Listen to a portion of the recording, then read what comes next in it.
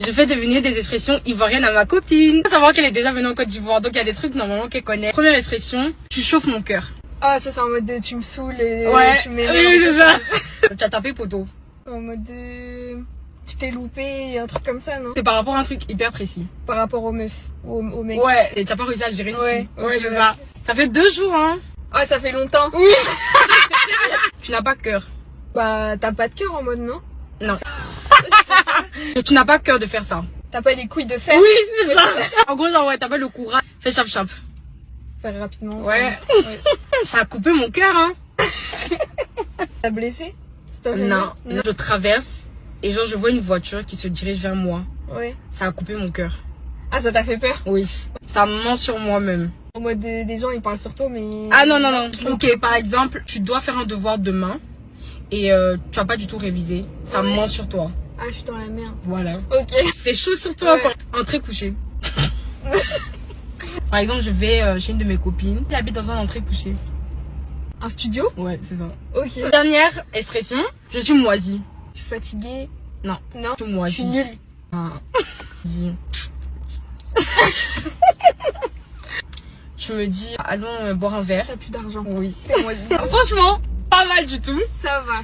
C'est la fin de la vidéo. Bisous. Les amis, il y a 2 pays qui m'impressionnent à travers leurs accents. Il s'agit ici de la Côte d'Ivoire et du Gabon. Je le dis parce que le Gabon, en première partie, quand tu écoutes leur accent, c'est tellement doux. Ça fait beau entendre dans les oreilles. Et ensuite, il y a la Côte d'Ivoire. J'ai l'impression que parfois quand les Ivoiriens parlent, c'est comme si ils sont pressés. Parce qu'ils ont cette capacité-là de toujours retirer les articles. C'est comme si chez eux, les articles n'existent pas. C'est comme si ça n'existe pas. Vous allez voir, il va vous sortir une phrase par exemple. Je parlais là d'un Ivoirien. Il va vous sortir une phrase. Au lieu de prononcer l'article, il va couper. Je vais prendre un exemple. Si par exemple, en français, quelqu'un te dit que apporte-moi la voiture là. Vous allez voir, un Ivoirien va parler en disant que apporte ma voiture là. Donc il va enlever l'article.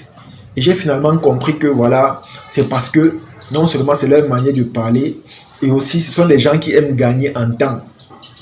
Ils aiment bien gagner en temps. C'est la raison pour laquelle tout le temps, ils retirent les articles. Et ce qui est bien dans cette pratique, c'est que peut-être vous les Ivoiriens, vous ne le savez pas, mais vous commencez déjà à influencer avec votre façon de parler. Parce que de plus en plus, les gens apprécient cette façon de s'exprimer et c'est comme ça que ça finit par se propager. Je vais prendre un exemple. Il y a beaucoup d'expressions ici au Cameroun que nous avons adoptées. Et je vous assure, la majorité de ces expressions-là sortent de la Côte d'Ivoire. Lorsqu'on parle d'enjaillement, lorsqu'on parle de mogou, lorsqu'on parle de porter, tout ça, ça sort de la Côte d'Ivoire. Ça sort de la Côte d'Ivoire. Ce sont des expressions que nous, ici, on utilise. Mais tout ça, on a copié en Côte d'Ivoire. C'est vrai qu'ici au Cameroun, nous-mêmes, on a donné des significations précises à ces expressions-là. Par exemple, en Côte d'Ivoire, lorsqu'on parle de Mogo, ça signifie 2 personnes qui, vous voyez un peu. Mais ici, là, chez nous, lorsqu'on parle de Mogo, c'est un peu comme quelqu'un là qui n'est pas charismatique. C'est un peu comme quelqu'un que, voilà, il soit avec une fille, mais la fille ne l'aime pas et elle passe son temps à manger son argent. Vous voyez que nous aussi, on prend des expressions chevaux, mais sauf que nous, on donne des significations précises et personnelles à ces expressions-là.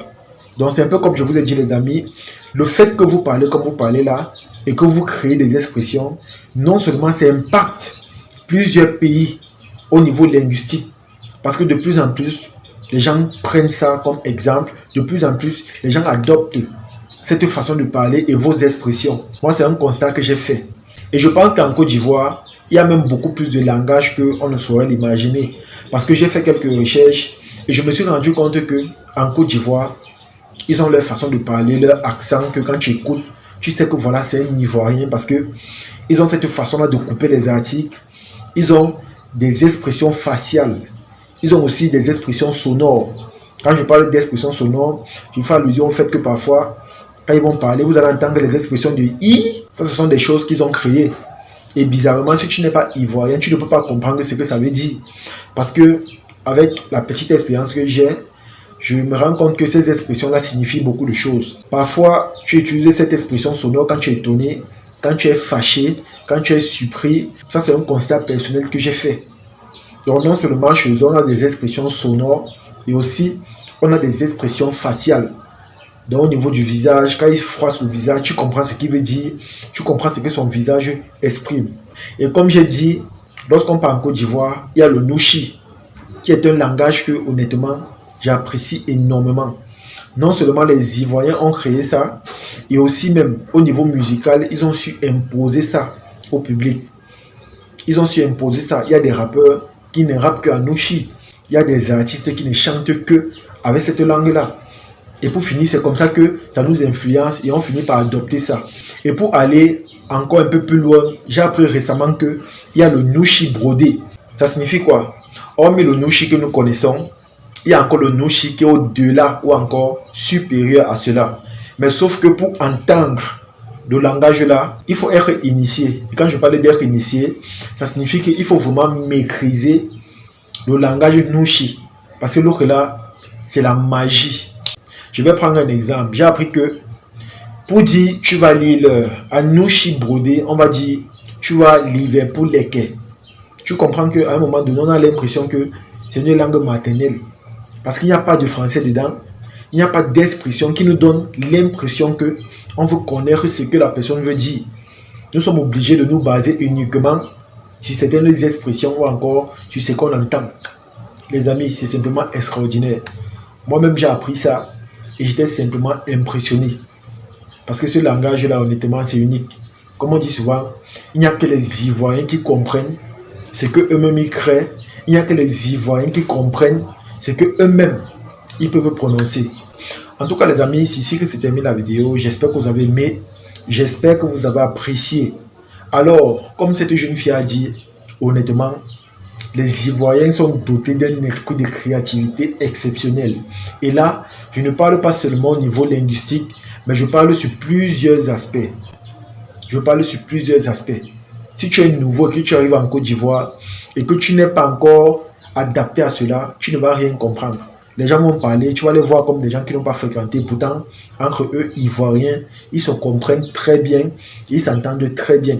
Tellement ils ont créé des langages et des expressions que, à un moment donné, ça a fini par impacter dans le monde entier, ça a fini par influencer les autres nations. Vous allez voir que beaucoup de personnes apprécient déjà ce langage au point où ils essayent déjà de s'exprimer de la sorte. Moi, personnellement, comme j'ai dit, il y a le Gabon et la Côte d'Ivoire. J'adore leur façon de parler.